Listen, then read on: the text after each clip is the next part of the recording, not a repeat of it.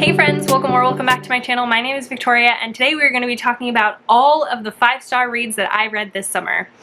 So this is all the books that I read from June through August of 2023 and I have a lot of them. I actually had quite a few 5 stars in those months. I have 11 to share with you, so we're going to get right into it because 11 is a lot. But first, I want to say I'm very sorry if you can hear the fans.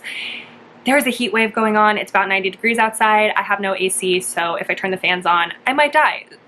So we're leaving them on because if I turn them off, I might die. So sorry if you can hear that. I apologize. But yes, 11 books, 5 stars.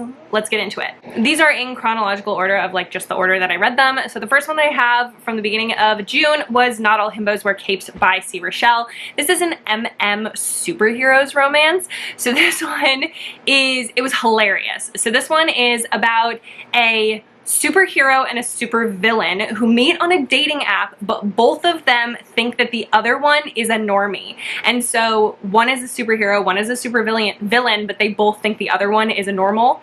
And so they're dating, but hiding their secret identities from each other while also having crushes on each other as like an enemies to lovers.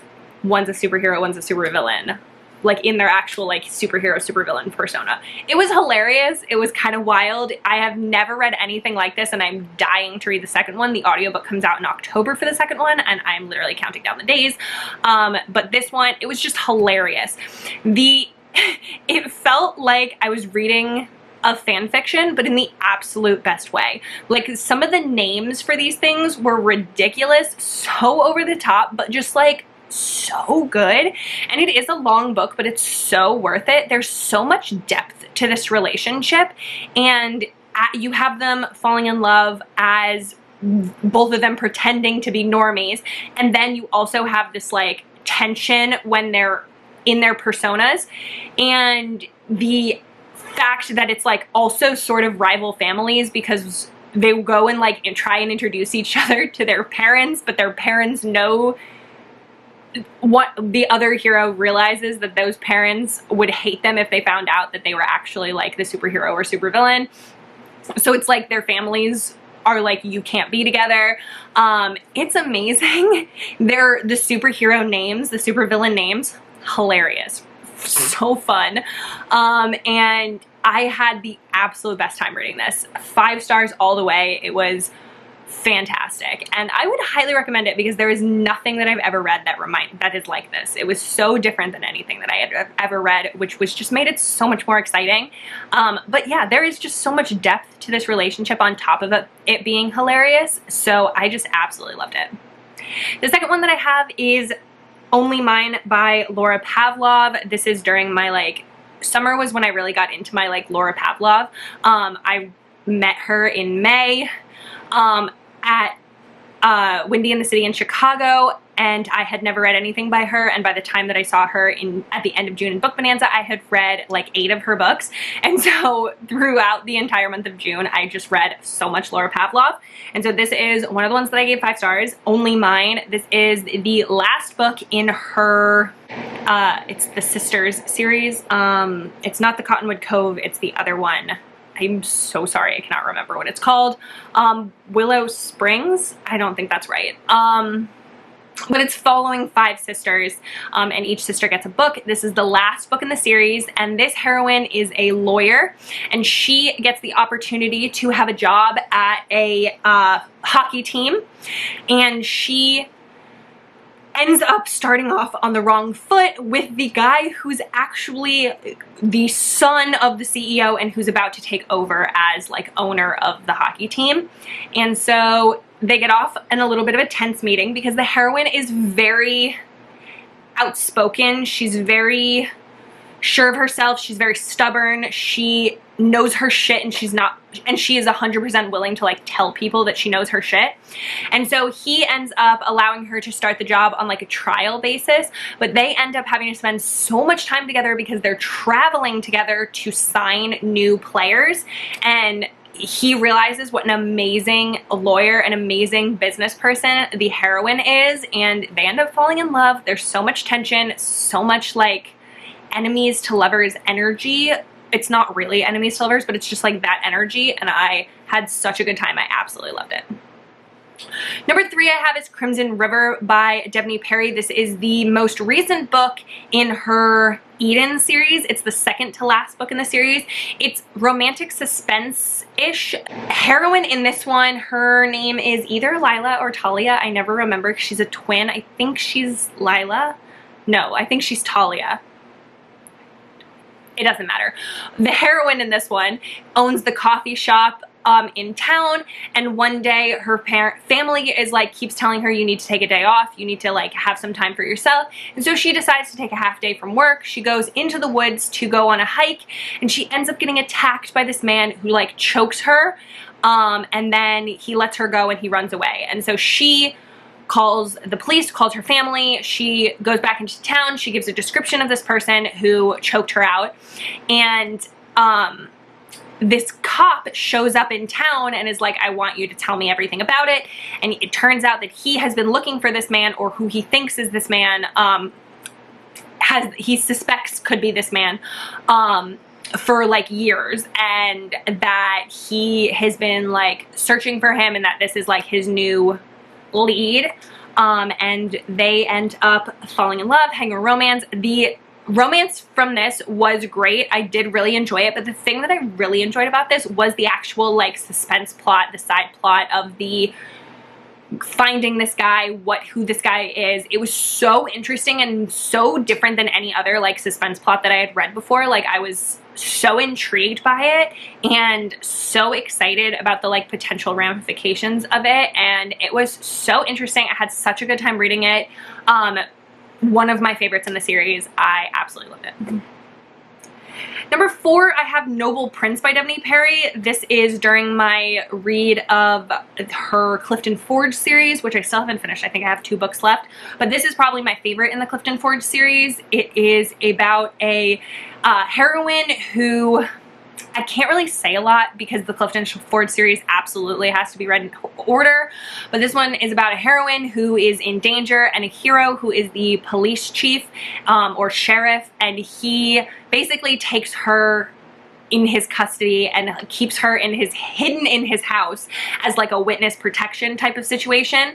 And so they are forced to spend many a time together, a long time together, because she cannot leave his house because she's in danger, and he lives in his house. And so they spend a lot of time together and they end up falling in love. Unfortunately, I can't really say a whole ton more than that because, like I said, you really do have to read this in order, and like anything that I could say about the heroine like would spoil some of the previous books. But it was great. I really loved it. It's my favorite in the series. Number 5 is one that I've talked about many times on my channel already, and that is Reckless by Elsie Silver, going to be on my top 10 of the year. This one is book 4 in the Chestnut Spring series. I almost said Cottonwood Cove. In the Chestnut Spring series by Elsie Silver, and this one is a surprise pregnancy romance following Winter, who's the sister of the heroine from book 1 Summer, and she ends up having a surprise pregnancy with Theo Silva, who is the like protege of Rhett, who is the hero from book 1. So Theo is a bull rider, and he and Winter have a one-night stand, and then he goes away, and she ends up trying to contact him, and there's this communication issue where she thinks that he said that he doesn't want to be involved, and so she goes all in, commits to raising this child, and then Theo comes back to town. His child realizes that he has a child. His child is about 1 year old, maybe 2, and he's like, what the fuck? And he ends up going 100% all in, not only on his daughter, but also on Winter. And he is the first person to come to her defense. He is so devoted to her. It gives me like Hero Falls First energy, because like past their one-night stand, Theo is the one that like really is full attracted to Winter. Winter has a lot of walls up. She had a really rough childhood and then also rough previous marriage. And so she's struggled. And Theo comes in and he makes her so happy, makes her so comfortable, allows her to be vulnerable, allows her to let some walls down, and allows her to realize that people love her. And I adored this book. Adored this book. Number 6 is the Mindfuck series by S.T. Abbey. I gave 4 out of the 5 books 5 stars. The one that I didn't give 5 stars, I gave 4 stars. I absolutely love the series. It would be 5 stars like as a whole. I basically kind of refer to this one as just like as one book, which is why it's like 11 books on this list. This is just referred to as one, because it is the like mindfuck series as a whole. But this series is about a heroine named Lana who is a serial killer. She kills men who have wronged her, and the hero is an FBI agent. He's actually a profiler, and he is on her case. He is searching for the serial killer who's killed all these men, but at the same time he is also dating Lana, and it is fabulous. It is ridiculously amazing. I like had heard a lot about it before I finally like decided to read it, and then I was like, it's okay, that sounds good, okay. And then I read it and I was 100% invested. I was like, holy fuck. It is so dark. It is so dark. Some of the things that Lana deals with, some of the things that Lana does is incredibly dark.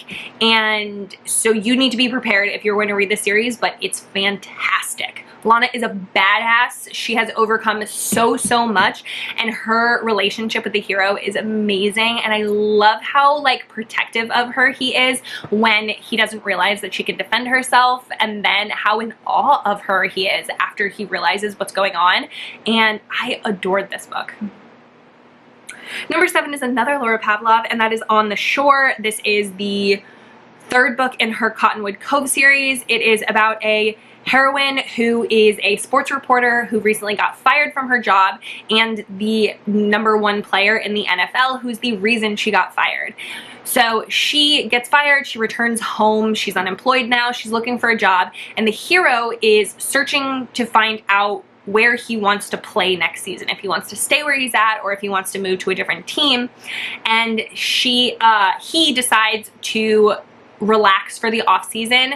And he stays at his manager's house in Cottonwood Cove, and when he runs into the heroine, he thinks that she's been stalking him. He's like, really, you can't leave me alone? And she's like, bitch, I live here. And so he finds out that she got fired and that he was the reason she got fired. He feels terrible, and so he offers her the opportunity for an exclusive about where he's gonna play next year, and so they end up having to spend so much time together. It's enemies to lovers. It's fabulous. 100% would recommend. 5 stars. He becomes so all in on their relationship, and it's glorious. Number 8, I have Set the Record Straight by Hannah Bonham Young. This is actually a novella. It is a sapphic novella, and it's actually Christmas themed. I don't know why I decided to read it in the summer, but whatever.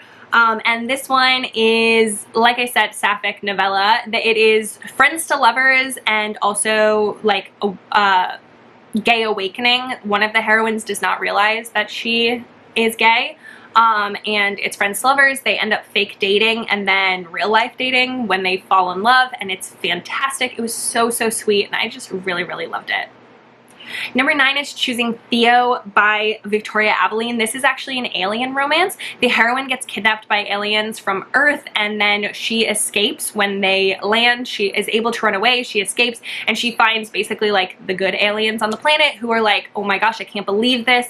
It's illegal to take humans from Earth. However, in accordance to the like intergalactic laws, they're not allowed to bring her back to Earth. She has to stay on their planet for at least a year, I think, in order for the two species to be able to learn things about each other. And in order for her to stay on the planet, she needs to get married. And so they have this kind of like bachelor auction situation where all of the women who want to find partners line up, and the men enter, and the women get to peruse them and write down on a list of like which ones they like the best, and then get the opportunity to offer marriage to those men. And the heroine ends up being the most attracted to, the most drawn to this one hero who's actually considered ugly on their planet, but she finds him absolutely gorgeous. She thinks that his scars are tattoos, and she thinks that he is so hot, and so he doesn't believe that she actually finds him attractive. He thinks that she's a spy because he is like, works for the government, or he's like he has like some super serious job, so he thinks she's a spy, and they end up having to live together. They get married. It's hilarious. It's amazing. So romantic. I absolutely loved it. The hero becomes so invested in this girl, in their relationship. It's beautiful. It was so good. So good. Loved it. I was shocked at how much I loved it. Number 10 is Next of Kin, another one by Hannah Bonham Young. This one is about a heroine who had a rough childhood. She was in foster care. Her mother was an addict, and she gets a call one day, now that she's older, she's in her 20s, I think, and she gets a call that her mother actually just unexpectedly gave birth to a baby. And so she goes to the hospital, and her mother tells her that she wants the heroine to take custody of the baby. And the heroine can't let her sibling end up in foster care like she was, and so she agrees to take custody of this baby. But in order to get approved by Child Services, she ends up having to join this program called Team Up, where another person who is seeking custody of somebody in Child Protective Services, they end up living together in order to both help each other out, because they're both lacking in one quality required by social services. And so she ends up getting paired with this guy who wants to take custody of his 15-year-old brother, and his 15-year-old brother is deaf. And so they agree, they move in together, and they do not start off on a great foot. The hero is incredibly grumpy, he's incredibly standoffish, and he's very much like, doesn't want to get attached to anyone. He's like, we're gonna do this, we're gonna live here, but we are not gonna like co-parent. This is not the situation. You do you, I'll do me. We just live together. And the heroine is like, whatever, fine. But then they end up developing this adorable little family partnership romance. It's so cute. I absolutely loved it. It was just everything that I wanted it to be, and it was a really approachable romance. I really think that a lot of people would really love this. It's something that I think is, like I said, approachable to a lot of people. I'm gonna recommend my mom read it. I think she would love it. And I think that people, even outside of the romance genre, would enjoy this story just because it has so much emotion to it, it has so much depth to it, and it was just so, so good. Then the last one that I have, number 11, is Fourth Wing. I read this one for a vlog of reading my subscribers' favorite books of the year so far, and they were not wrong. I ended up falling into the hype and absolutely adoring this one. If you live under a rock and somehow don't know what Fourth Wing is, it is the basically book of the summer. People have been so obsessed with it, and it is a fantasy romance about a heroine who ends up being forced to join a college for dragon riders, to become a dragon rider, and she has a joint condition, so she has a chronic illness that makes her joints really unsteady, weak, and so she doesn't think that she's going to survive. This college is incredibly dangerous. It's brutal. It is really meant to cut down the people who can't handle it and get to the people who are able to become soldiers, able to become dragon riders, and she really doesn't think that she's going to be able to do this. But her family is has a huge history of being like top generals from this school, and so her mom forces her to go to this college, and she doesn't think that she's going to be able to make it, but she is a badass. I adored this heroine. And she ends up having a romance with one of the guys there, and it was fabulous. It was fabulous. I adored it. I pre-ordered book 2. I'm already ready. Another one that I made my mom read. I gave it to her to read, and she read it in one day, which is very surprising for my mom because she's not a fast reader. But I gave it to her. She read it in one day. She's obsessed with it. She loves a dragon. But yeah, that is the last one that I read. Last 5-star in the summer. So that's it. So let me know what your thoughts on the books that I read were, if you're excited to read any of these. But like this video if you liked it, subscribe, stick around, see more content from me, and I hope that you have the absolute best day.